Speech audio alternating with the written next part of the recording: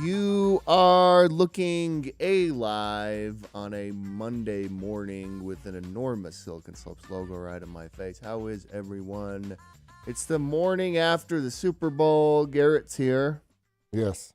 He's doing things. Not much. I don't feel overly rejuvenated after a weekend like that. Are you sick right now? No.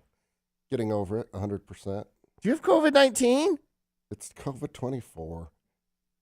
Oh my gosh. What did you think of the Super Bowl? Hated it. Why? What? That's so weird. Hated everything about it. Why? It's a pretty good storybook ending, and I didn't think it was going to happen, and I also bet contrary to that. So, Oh, you bet on the Niners? yeah, prop bets didn't seem to work out very well either. Just a rough go all around. I wanted the 49ers to win. Yeah. Oh, well. Oh, well. I think you were rooting for the Chiefs because a while back you said Andy Reid was the greatest football coach of all time. I think he's top 5, but I don't know about he's the that. best ever, and I think he proved it again yesterday. Although, no, I was not randomly rooting for the Chiefs. I was also rooting for the 49ers. My son was rooting for the 49ers, and I don't really care between these two teams. Obviously, I have the Andy Reid connection. Yep. And that's about the only connection. Light connection. Actually, the first time they went to the Super Bowl and won, I was at the AFC game, and I actually got to go back after they won into the locker room. And I have a picture of Andy Reid. We'll put it up tomorrow. I'll send it to people. Of me and Andy Reid standing next to each other. How's it going? So Patrick Mahomes, who is looking like the greatest quarterback ever, won yesterday. The Kelsey guy and the Taylor Swift thing, that's a storyline. Do you care at all about that? I don't know much about her, and Kelsey seems really awesome, despite him selling everything under planet Earth. It's a storybook ending, and I was surprised that he planted a kiss on her right there on the field, and privacy be damned. You watched the end of the game? I fast-forwarded to that point. Oh, my gosh. Who watches the end? My daughter wanted to see if that kiss would have happened, and it did. Oh, so yeah, I'll tell you a little bit about her. She's a musician, Okay. straight out of Nashville. And she's probably the most famous person in the world not named Donald Trump. I've got the sense of that. I think only Trump's more famous than her. I might be familiar with her in the early days of country music, but since then, not so much. Yeah, she was a country star, and now she's a pop star. And she's dating one of the Kansas City Chiefs. Yep. Really good tight end. So And a pitch man. Yeah, so that's what's going on there. But yeah, Super Bowl I thought was great. Great game. Overtime game. You don't get those very often. Nope. I knew the 49ers should have went for it instead of kicking that field goal in overtime. You got to do that. You got Patrick Mahomes there. Yep. But at the same time, if you mess up, all they got to do is kick a field goal and win. So, tough situation. Yeah. It was not the most exciting game for a while, and then it got really exciting. And now we're in the doldrums. Oh, we're showing images of the game. This is cool. Oh, yeah, so this is where Kelsey was screaming at Andy Reid. This is where I liked Kelsey prior to this. I hate Kelsey now. You do not roll up on my boy who is calling a perfect game and never has not called a perfect game and start screaming at him. If he wants to bench you, he's going to bench you, and he should. Little does Kelsey know that you've got a light relationship with Andy Reid. Had he known that, I don't think he would have yelled at his coach. I'm gonna show the picture tomorrow, and Kelsey's gonna freak out. That I know him, that I've stood next to him. I've actually stood next to Kelsey too. Actually, he wasn't famous then, so he's gonna be like, "What? Who's that gonna doofus?" Be so scared. Like, that doofus has a picture with me. Oh. No. Congratulations. Do we congratulate? I think you'd Congratulations based on your friendship. to the Kansas City Chiefs and my dear friend, my dear friend, one of my closest friends, Andy Reid, who is just a wonderful man. A wonderful man. Played football at BYU. There's a lot of connections there. Yeah. Before you were born. I remember seeing a video. It was like Monday Night Football when Andy Reid was still coaching the Eagles, but they had an old video of, I think they still do this, pass, punt, and kick. You know, they get kids to do that. And they had a video of Andy Reid when he was doing it. He was like 12. And he was twice as big as the other 12-year-olds. And he was just booming and throwing like Mahomes. And I think he won it quite easily. So football is just a big part of everything he's ever done. And it would be fun to have him on the show. Can you possibly? Easy. Okay. I mean, that's really, I'd be doing him a favor to have him on. Clearly. So Clearly. I'm sure he'll come on. Did you have We any? just got to have a cheeseburger plate out there, like a whole bunch of different cheeseburgers, and we'll be just fine. Did you have any money on? No, I didn't bet, dude. I'm not like you. I'm not a degenerate. Yeah. I'm a very clean-cut man. In fact, I shave before games, and I tuck in my shirt. I show respect for the game. It's an honor thing with you. Yeah, I don't bet on things that are like that important. Right. Well, good for you, because you're having a better Monday than a lot of people. Yeah, I'm feeling good. Yeah, it's fun. Keeping it clean on and off the field. Well, yeah, I definitely keep it clean on and off. Yeah. Love it. We are talking a lot about the news because our guest is not here yet, but he will be shortly. Yeah, we're filibustering. Let's do it. He is running the gauntlet of I-15, currently heading south. But this one's Tell everyone who our guest is. Tease it a little bit, dude. Jaron Erickson. Jaron Erickson. Who, by far and above, had the most people clamoring for him to get on the show, which is ironic. We sent out a little LinkedIn message. Who should we have on the show?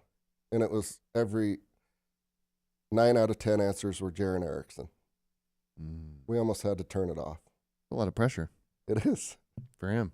Hopefully he's not listening and like speeding. We got time, Jaron. It's a lot of pressure for those who asked for him as well. Arrive alive. Arrive alive. Other news, local and international. If I were to ask you, who has the biggest, saltiest lake in America? What state? Oh my gosh. That sounded so perverted. Why did that sound so gross? Biggest, saltiest lake. Ugh, stop saying it. Of the inland Why'd variety. you say it again? Of course it's the Great Salt Lake. You wouldn't be bringing it up if not. There you go. There is something valuable in there. What? Salt? Despite, what people might think. What, water? In addition to Saltaire, a great venue. I've never been to Saltaire in my life. Why'd you call it a great venue? There's no way it's a great venue. I've driven by it. It looks bleak. It's a great venue, I think, if you're doing raves or you're going to like a Nine Inch Nails concert. It's a great venue if you're just looking at it as you go to Wendover to be even more depressed. Way more. But there's lithium in there. So. What? What are you talking? Why are you bringing this up? Because it's a big story. Lithium is like what they put in batteries? Yes. Cool. And we've talked a lot about batteries recently on this show. I'm loving all these pictures we're putting up. They are going to propel Teslas and Nissan Leafs. Explain what this guy in the picture's doing, Garrett. This is part of a processing operation of lithium. So what they're going to do is put a hose in the Great Salt Lake. I'm dumbing it down. And it's going to pull 80,000 gallons of water a minute to harvest this mineral, with the goal of eventually producing up to 20,000 tons.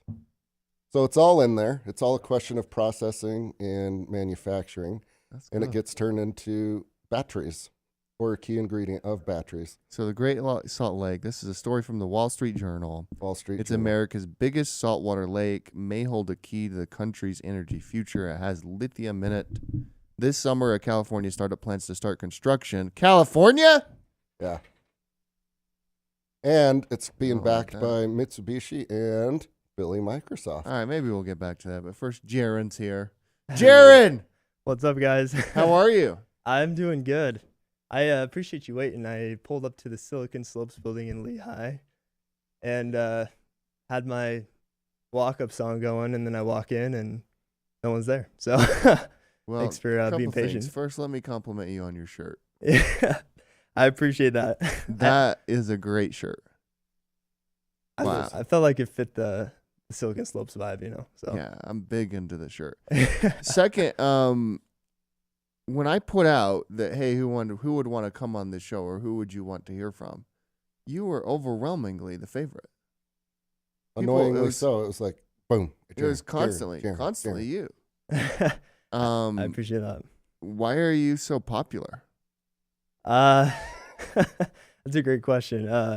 Honestly, like, I mean, we'll probably talk a little bit about what we're doing through Sales Dojo and different things, but we have some of the coolest alumni group out there. So we have almost 200 graduates that have gone through our program, and I'm grateful for them because everything that I've accomplished individually, everything we've accomplished as a company has really come from the alumni that we get to work with. And so I'm glad that they're big fans of Dojo. I'm grateful that we've been able to have that impact on their lives, but it means a lot, because it's easy to just come through a program and move on and forget about it. But really grateful for those guys who give back and want to see us continue to be successful. So. Yeah, tell us about Sales Dojo.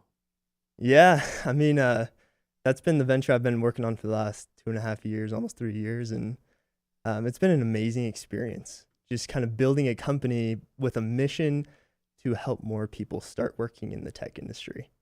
That is cool. So yeah, but so what do you do? Like you said, like they go through like programs and there's alumni and stuff. Is it like an education based thing? 100%. So pretty much how it started was I had no idea what I personally wanted to do with my career. I think it's this big myth or stigma that you always need to know what you're going to be doing with your life or what you're going to do with your career. I think one of the hardest questions to answer sometimes is like, where do you see yourself in 5 years? You're like, what are you doing? You're like, I don't know what I'm doing tomorrow sometimes. And so when I was at school, I was at UVU, I was a student athlete, I was running track, doing all these things. I was studying business management, and I was like, what is business management taking me? Like, what type of job am I going to get? What am I going to do with my life? I had no idea what I was doing. And so I started talking to my dad. I'm like, Dad, what do I do? I'm not sure what I want to do with my career. And my dad ended up suggesting, he said, hey, Jer, you should go work for one of these tech companies in Lehigh or in Utah. And I had like this immediate thought of like, Dad, I can't work for a tech company. Like, I'm not really like a computer guy. I don't think I'd really fit in. And he then suggested, well, maybe you could do something customer facing like sales. I was like, okay, like, let's do it. And so I ended up taking time off of school for an extended period. Some people call it dropping out, but I went back multiple times.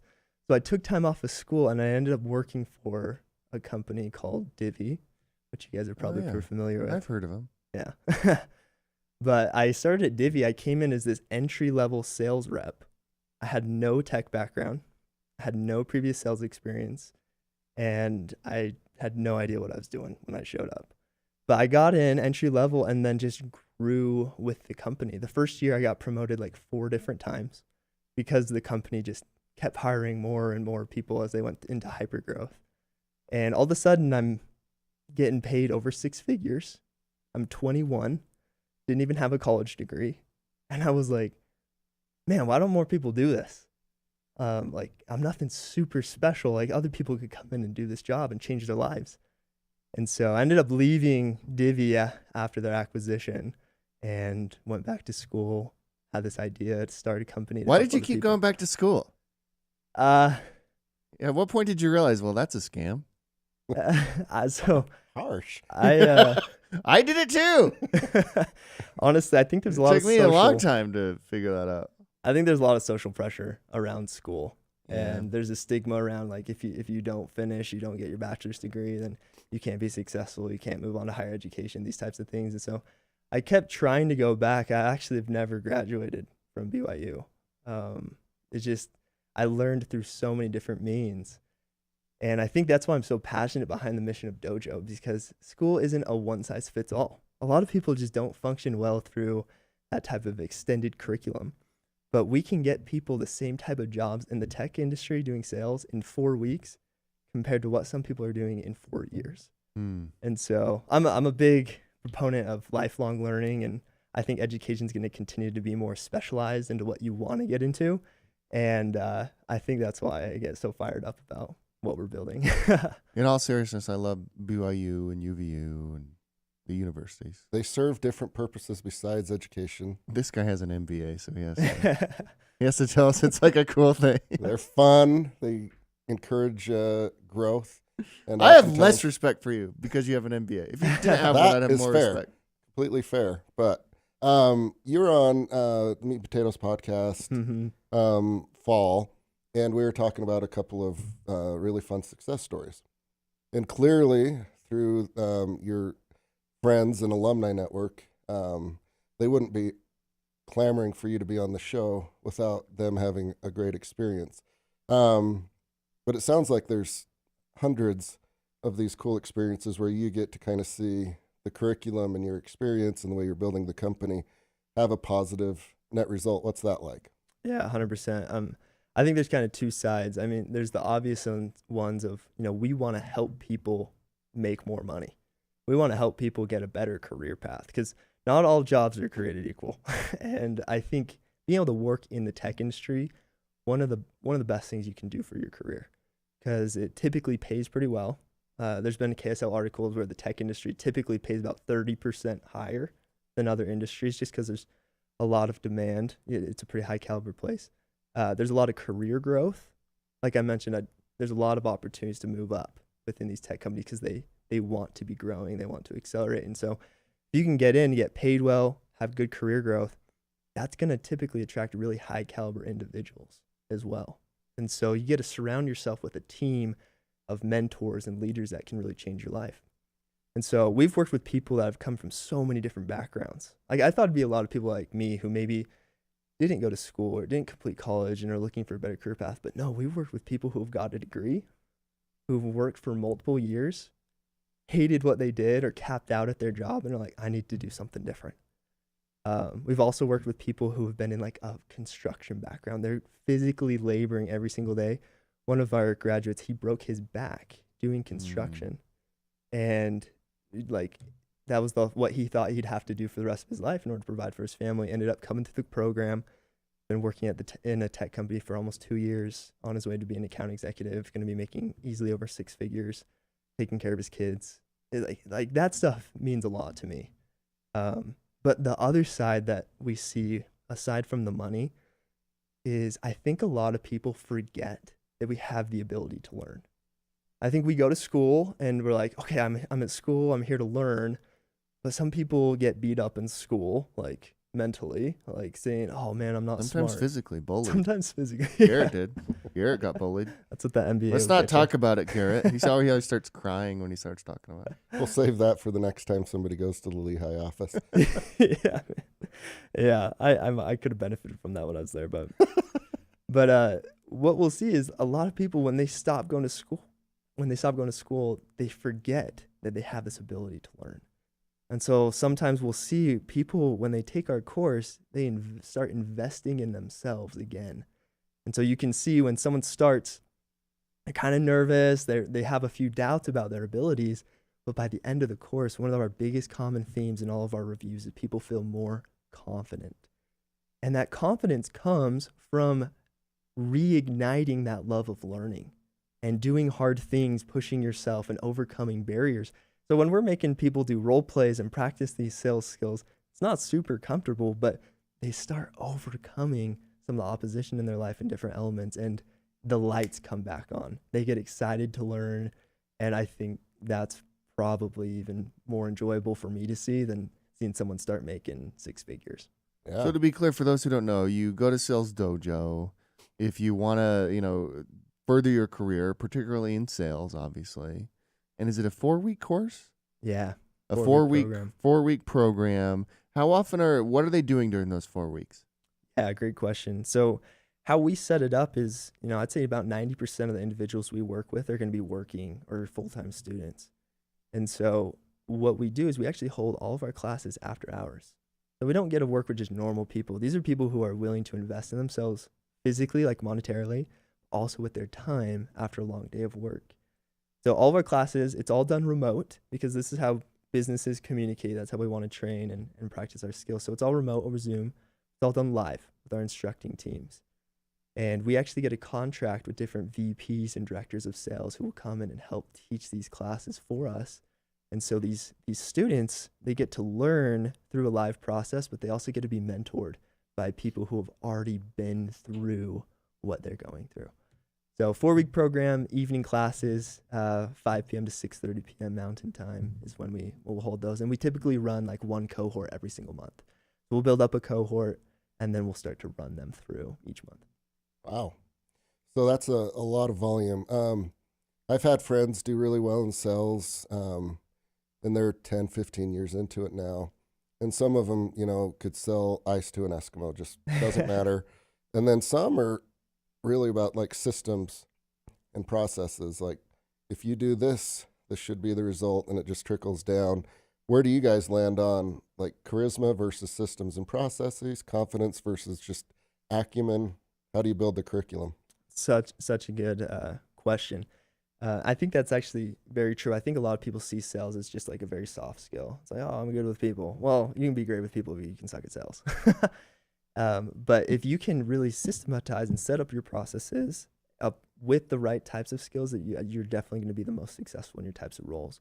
So when we go through our curriculum, how we built our curriculum was one through like personal experience. I know we based a lot of what we did off of what we did at Divvy, a lot of cold outreach focus.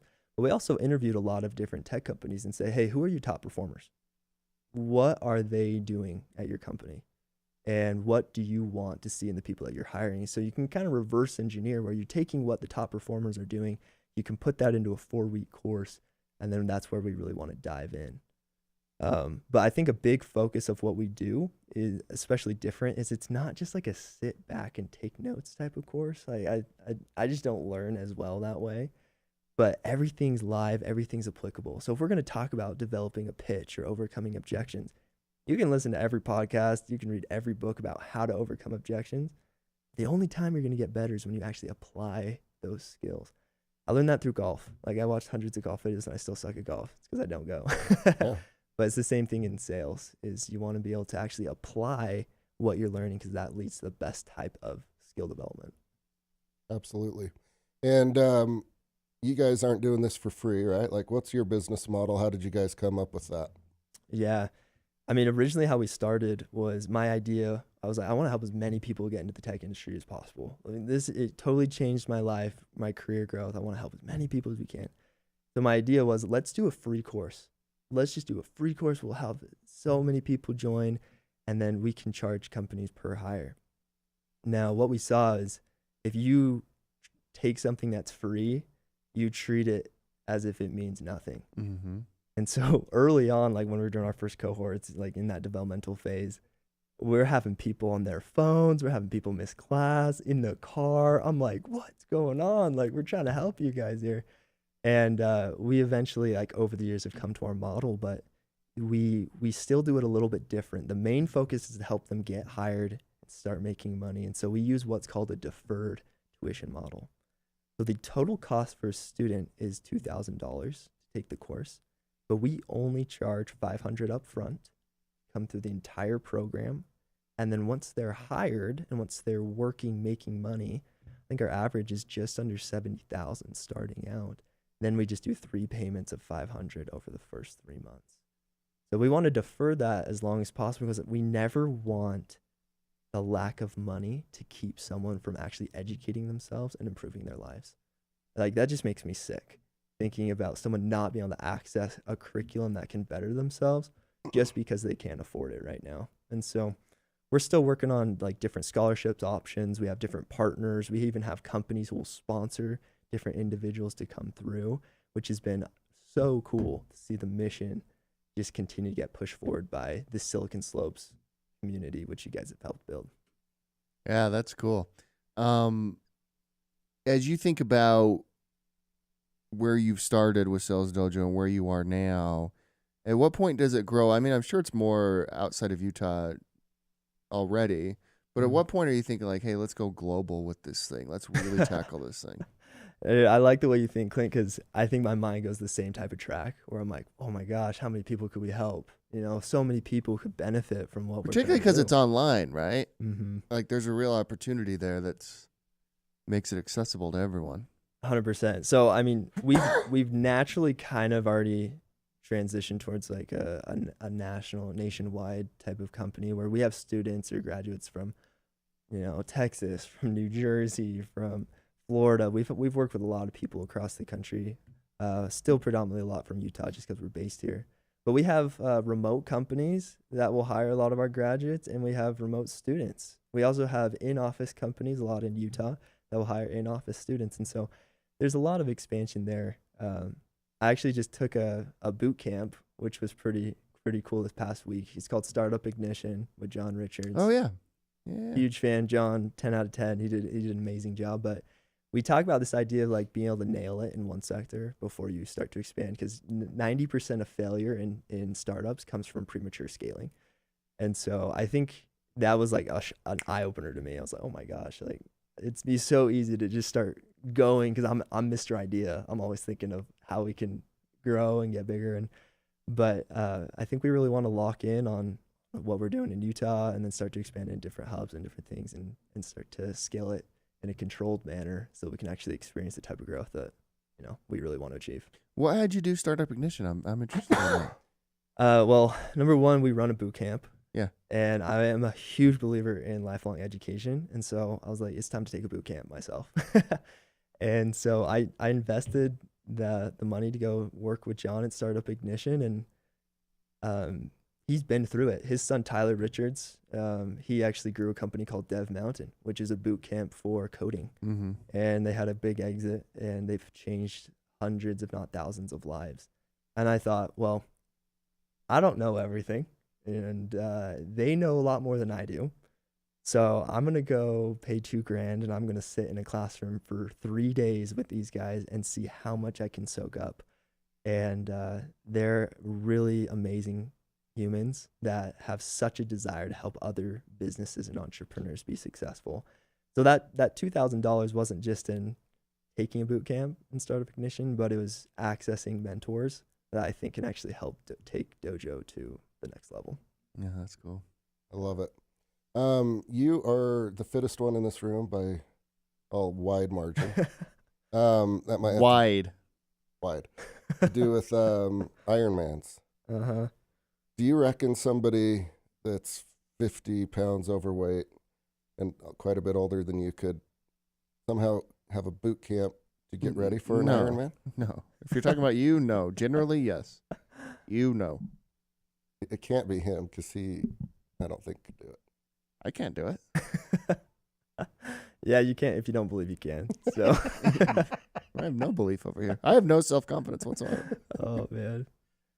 Could you apply this to a physical thing where there's some actual physical pain? Because there is pain in sales, right? Mm.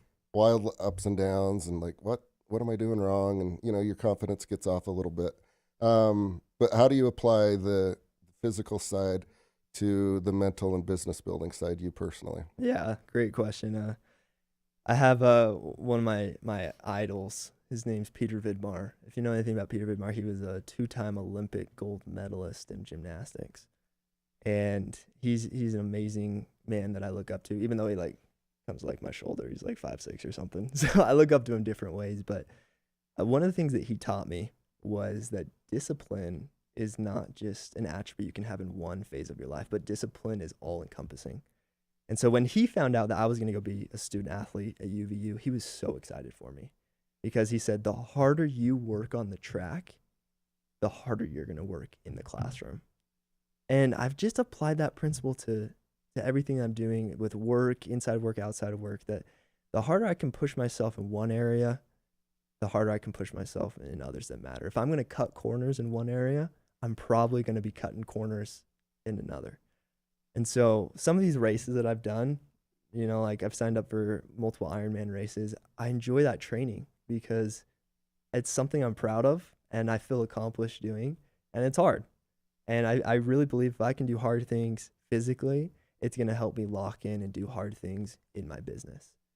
And we see the same thing with how we run our course. Because I have a say in what we teach in our curriculum, I'm huge on performance psychology. I think the mind plays such a big role in how we do and what we achieve in our lives. And so we talk a lot about the character traits that you need to be living in order to be successful. And we get to teach that as we're coming through the course.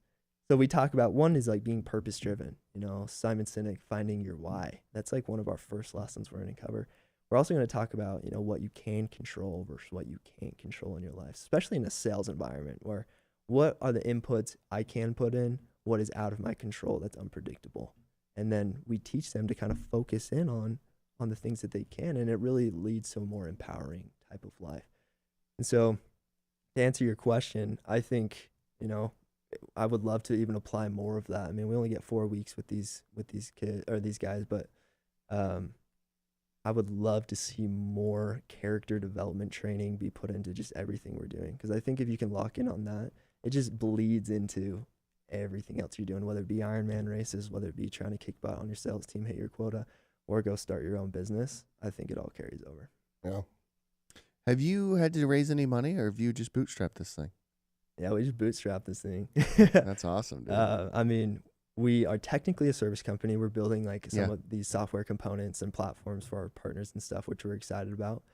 But I mean, how it started was I had left Divi and I just had this idea. Like I was going to go to school, and I was like, I need a part-time job. What am I good at? I'm like, I'm good at sales. So maybe I'll just go be a part-time SDR at some small company. I don't know if this is prideful to say, but as I'm interviewing with some of these smaller companies, I'm like, I can't work here. Like, I know more about the job than what you guys would be having me do. So I was like, I can't get that job, but someone else could get that job and it'd be great for them. And so how it started was I got my sister, a friend of mine, and a random guy that we convinced to take the course, and we ran our first cohort at Dojo. That's cool. And all 3 of them ended up getting hired. And we were like, no way, this actually works. And so we're like, let's try it again. So we did another cohort of 3. People started getting hired. We're like, man, let's see what we can do. Let's keep running it. And then we've just never stopped. We just finished our 23rd cohort, and we're building up for number 24 right now. So kind of a funny story. I'm super grateful for my sister and my friend being a guinea pig coming through there. Heck and yeah. Kind of be the founding cohort with what we've done since. That is awesome. Hey, did you know the Great Salt Lake has lithium in it? We were talking about that before you got here for some reason. Garrett, why don't we wrap up that story? Tell us why the Great Salt Lake has lithium in it and why that applies to Jaron being here. Well, it has something to do with the salt and all of the natural minerals and chemicals in the Great Salt Lake, but this will go into batteries for robots and other stuff Elon's building and cars. What are we looking at here? What's this I image? think that is the finished product. Oh, cool. So anyways, they put a big hose in, drain it all, throw the water back in, minus the lithium, and then smart people do a lot of smart things. A lot of your students will probably be selling the end result of this in the next 10 years would be my guess. But Bill Gates, old Billy Microsoft himself, was an investor in this enterprise, as was Mitsubishi. That makes me nervous, actually. There you go. They're taking our 80,000 gallons of water per minute. Really? Giving us lithium. Yeah. So they're taking water out of the Great Salt Lake. I thought we wanted water in the Great Salt Lake. Yeah, that's why it's an interesting story that we're discussing now. Of course, they're putting it all back, but they're taking the lithium. What? Yes. You can't do that. Well, we'll see. My guess is you can. Nope. Can't do it. Bill Gates doesn't know what he's doing. He's just an investor. He's not the scientist. But what does he have to worry about? Not much. Yeah. I mean, I had like 6 jokes that I immediately filtered out. On air filter. Jaron, so great to have you, man. So glad you got here on time. Well done. Dude, I appreciate you guys still letting me in the door. I mean, I had to fight through for a couple people to get up the stairs. I was a little out of breath, but hey, we made it. Tell everybody how to get a hold of you, your website, all that type of stuff. Yeah, I think the best way, we use LinkedIn a lot. You can follow me on LinkedIn, which is Jaron Erickson. And then we also have our Sales Dojo page where we actually post a lot about our alumni who's getting hired. So if you want to go be a supporter to that network and helping them access better career opportunities, hit me up on LinkedIn. Check out salesdojo.com if you want to actually apply for one of our future cohorts. But yeah, I think that's one of the best ways to do it. Congrats on your success, man. Super cool. Highly recommend people do this. I think what you're doing is awesome. I think it's important. Well done. Well done. I appreciate you guys. I love what you guys have built. I think Silicon Slopes is going to continue to change the world in so many different ways. So, huge fan. Yeah, if we can keep the big guy alive, we'll try our best. Gotta get Thank you, everyone. We will see you tomorrow.